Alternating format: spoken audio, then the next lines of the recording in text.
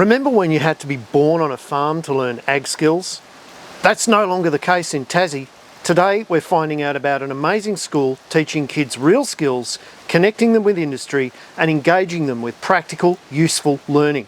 I'm excited today. I'm out at Exter High School in northern Tasmania on their beautiful 20-hectare learning farm with Liam Fox, who is their teacher. Liam, how are you going, mate? Going very well. Thanks for coming. Your farm is looking spectacular at the moment. Thank you put you. in a lot of work with the students. Yep, we're out here 5 days a week and they love it. This farm is really stepping up and serving as a great retention place for students, and they're expanding themselves academically as well. Yeah, no doubt. So we're one of a number of extension schools. We offer a purely agricultural pathway, and yeah, we're seeing our student numbers increase year on end. Isn't that fantastic? Yeah, it is. So the investment that you're making into the farm is actually an investment in lifelong learning for these students, and it's connecting them with industry as well. Yeah, no doubt. And that's one of our major draw cards for some of our students is we're highlighting that they do get to rub shoulders with people in industry. Tasmania is a small state and it is a little bit of who you know, so trying to expose our students to as many people in industry is just going to get them to know people, which will then lead to hopefully employment. And you're connecting them with tertiary institutions as well. Yeah, absolutely. So we have a partnership with TIA. We often have the University of Tasmanian teachers and educational officers come in and run sessions with our students and with other students around the state too. Tell me a little bit about the enterprises that you're running on the school farm. It's not just one here, you're spreading yourselves a fair bit, and the students are getting a broad perspective, aren't they? Yeah, so we've had an egg enterprise now for the best part of 4 years where we supply all of our eggs to the local cafe. We buy in store cattle, bring them in and out. We try and get them in quite small, put a bit of weight on them and then move them on, and that's more to look after our ground here. It gets quite wet. We've got our sheep as well, so again buying in to fatten lambs, and we also have a small breeding flock of Aussie whites. And you've also got a pretty high-tech little horticulture area that you've got down there as well. Yeah, tell us a little bit about that. So we've got our iFarm. So we were fortunate to win a grant 2 years ago now. There's 50 of them in the country.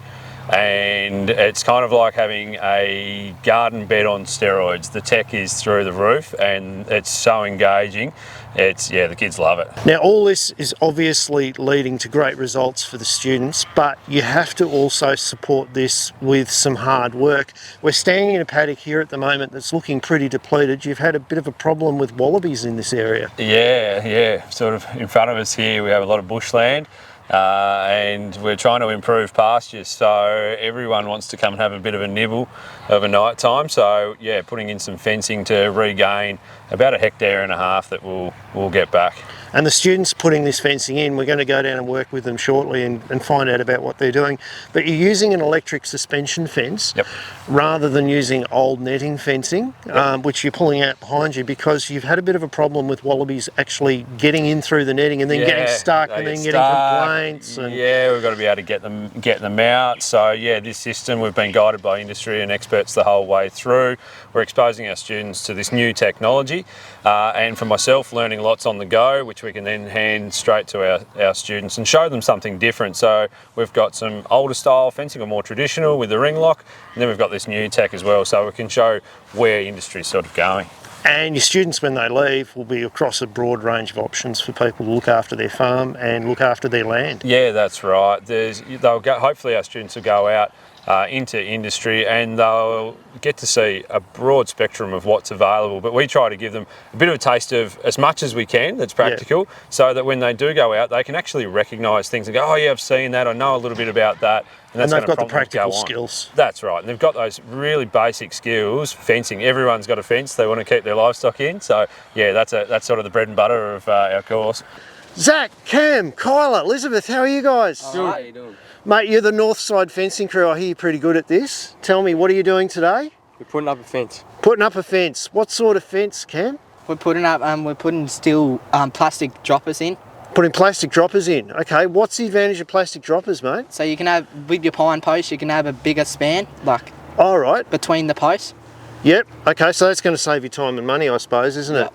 Tell me a little bit about what these plastic droppers do for the fence. So these are plastic and they're great for insulating. So Yep. your electricity doesn't go to the ground and you don't lose your current. Ah, okay, no worries. And I suppose they keep the wires spread as well, don't Yes, they? they do.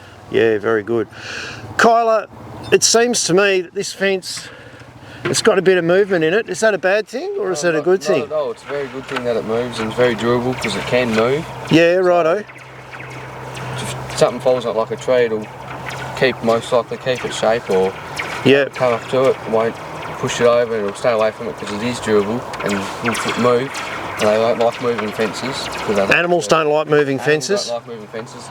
It'll keep your cattle in and all your other wild animals out. Now, Elizabeth, how hard are they to clip on the wires? Pretty easy actually. Yeah, not too much drama putting it up.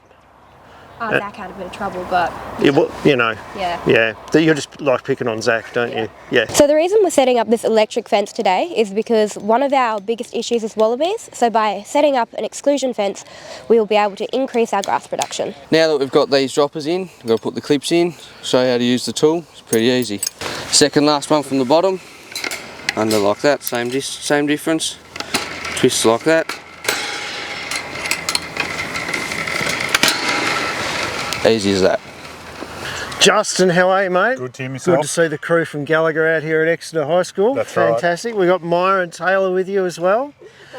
Hello, you guys are working down the fence line today with Justin? Yeah. Pretty good to have actual professionals come out and give you guys a bit of a mentor, isn't it? Well, that might be stretching it, mate, professionals, but you know, we try. We drink coffee, I mean, come on, yeah. But no, seriously, Justin, pretty impressive fence that the guys are putting up here today.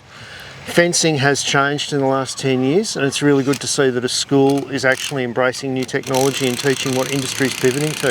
Yeah, that's right. You know, we've got some products here now that are a lot simpler, faster, safer to put up. Yeah. And it's great to get those products into these young people's hands so that they can, you know, go forward with it. Taylor, how important is it for you to have a school farm? Well, I wouldn't be at school, I don't reckon, if there wasn't this agriculture course and everything. Like, I don't know what I'd be doing. Yeah, right. What do you want to do now? What has been the big change? Where's your future career direction? Well, I want to go up and eventually go up to the mainland, work on a station, go work up on a cattle station up there. Yeah, So hopefully this course will get me everything I need to go up and do that. So you're looking for real skills, Yeah. which this school farm is delivering to you. Yeah. And Maya, what about you? What would you be doing if you weren't on the school farm here today? Same as Taylor, I don't reckon I'd be able to have the experiences like I've had going to the school. I love the farm, it's really great, you learn heaps of things and this is my last year so obviously I'm looking for places to go. Shout out guys if anyone's got an opening for Maya and it's a good job. We only want good jobs for these kids. Yeah, but I've always been into horses. Horses, I'm a passion, I love horses. Yeah. So yeah, I'd love to go also onto the mainland and work on the station and go mustering. That's my dream job. Yeah. Fantastic. So we've got two future musterers and stars of the cattle industry here, starting in a high school that's being supported by an amazing teacher. Yeah, definitely. How good is that? Yeah. And we've got industry backing behind you so that you go away knowing all the latest tech. Yeah. Exactly. Yeah. Fantastic, guys. Well, I better not get in your way any longer. You're itching to get back on the fence line, aren't you? Thank all right, you. we better get out of your way. We'll get back into it. Liam, thank you so much for having us out here today. The future is in good hands at Exeter High School. You're doing a great job with these students. They were so motivated. Their skills are up there. They're developing a great work ethic. They're working together as a team and they're learning new technology. What else could we ask for out of a school? Nothing. I think we're kicking goals.